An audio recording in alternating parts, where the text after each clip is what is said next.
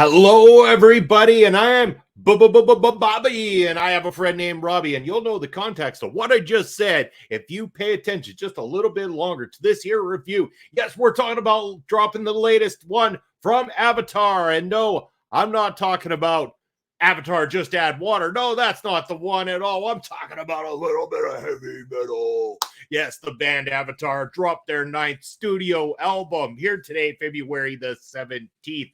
The album called Dance Devil Dance. Yes, right there on your screens. That's the album cover of Dance Devil Dance. And for those unfamiliar, that's them right there. The Swedish metal band Avatar, who have been rocking it for 9 albums now. And this one is a barrel of different. And Avatar is a very, very heavy band a lot of the time, mixing a lot of elements of older heavy metal music with blends of newer stuff, as well as some very, very, very heavy stuff. So, I mean, if you're into the very heavy, then Avatar definitely ranks right up there as somebody that you can check out. But I would call Dance Devil Dance, before we start breaking down tracks, this one a little bit more accessible to people who don't necessarily like the heavy. And what I'm talking about is that there is more than one track within this album that doesn't lean on the extremities of the heavy metal genre. And in fact, Avatar find themselves doing a lot more experimentally with the music on Dance with Devil Dance than they have done with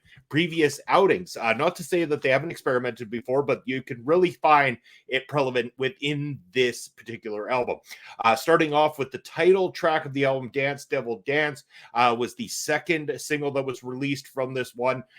Didn't pick up as much steam as the other two singles, but it is a very good, catchy song. It's got that kind of rhythmic piece to it that Avatar is known for. It's got that little bit of a hook. It definitely is a standout. There's a reason it's a single. It is a solid opening track, especially to be the title track from the album as well, too. Moving on there to what I would say is probably so far, and I've listened a few times to the album back to back, Chimp Mosh Pit.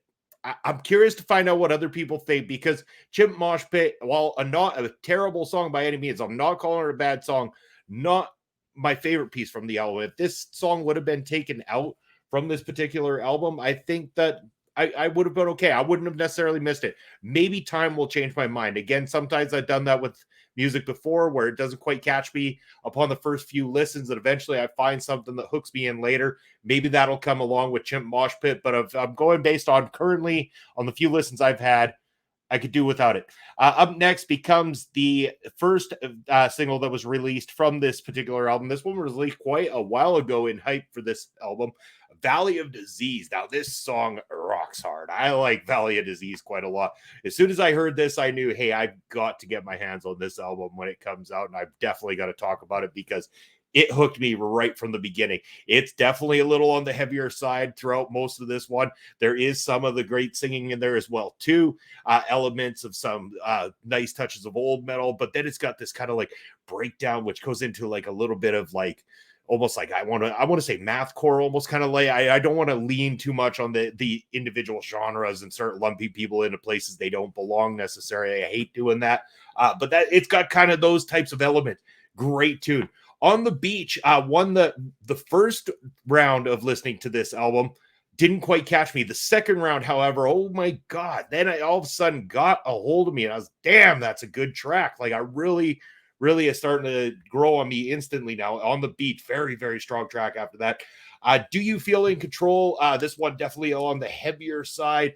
This one, standout track, especially if, after hearing some of the grooves and stuff like that of the rest of the album, you're ready to throw down. You're ready to put those devil horns up in the air. That's what you got when it comes to Do You Feel in Control? And then comes, I tried to lure you at the beginning of this video with Bobby had a friend named Robbie. That's right. It's gotta Wanna Riot. And this song, man, oh boy, this one's a little different for this band.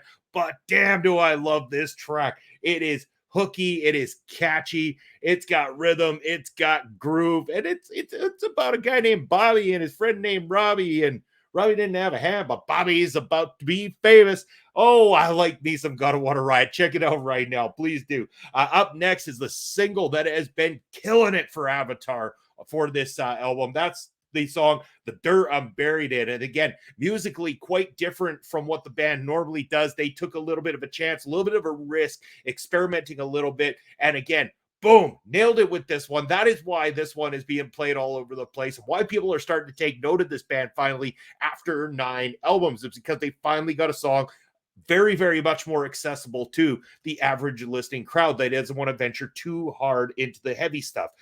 Clouds Dipped in Chrome. Ooh, man, this song, this has got some real standout patterns to it and stuff like that. Really gets you, really kind of just melts you with its heavy hitting sound. Oh, this is a good one. I like that one too. Hazmat Suit. This is a fun, interesting song.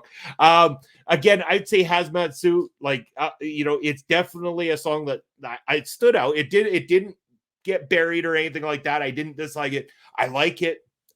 Again, it's one of the ones that doesn't stand out quite as well. I would put it more in this is more of a 7 out of 10 if I'm going to give it an individual rating, but still a very strong track. Then we got Train. Oh my, what do we have here with this song? This song, it tells a story. It's got so much depth to it as well too. We've got some very, very unique vocal stylings. We got some unique sounds.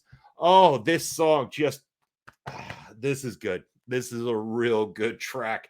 Very different. Definitely need to check this one out. And then we come to the final track on the album. This one being a duet with Lizzy Hale of Hailstorm. We're talking about Violence No Matter What. And wow, you want to talk about two voices that belong together on the same track. Holy, this is awesome. This is a great song. Great way to end this album off.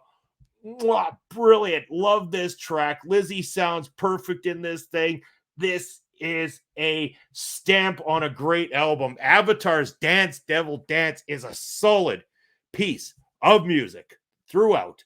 Aside from, again, like a couple songs that maybe don't stand out quite as well. But why do they not stand out quite as well? Because everything else is such a big standout. It's so damn good that it makes the other good tracks not quite as good. But that's only 2 out of 11. 9 tracks that are absolutely fire on this thing. Love this album. Avatar Dance Devil Dance. Have you heard it?